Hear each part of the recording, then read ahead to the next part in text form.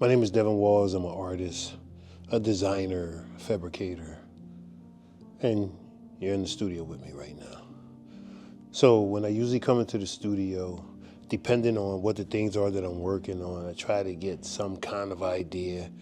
as to what I want to paint, but usually I don't have an idea, so I'll come in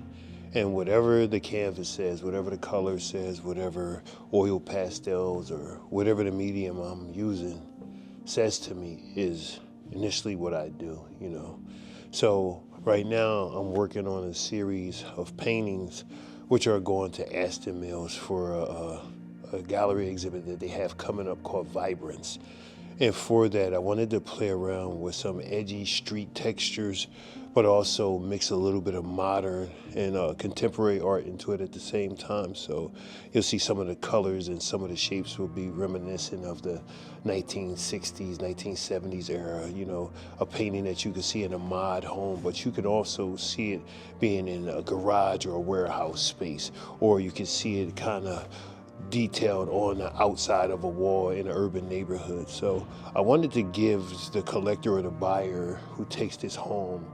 the sense that this piece can exist in any space. When they gave me the name of the show, Vibrance, I thought about color, I thought about textures, I thought about the textures from our urban environment and how I can mix some street and edgy stuff with some modern contemporary art at the same time. So these pieces are what I kind of came up with, and I wanted to mix the colorways and the flows from the 1960s and 70s and then still add that street element onto it. So you'll have a piece that can live in any environment that kind of transcended all of these different time periods and all these different styles of art. So when you come out to the show and you see it, you'll get to feel that that piece could have existed in the 1960s,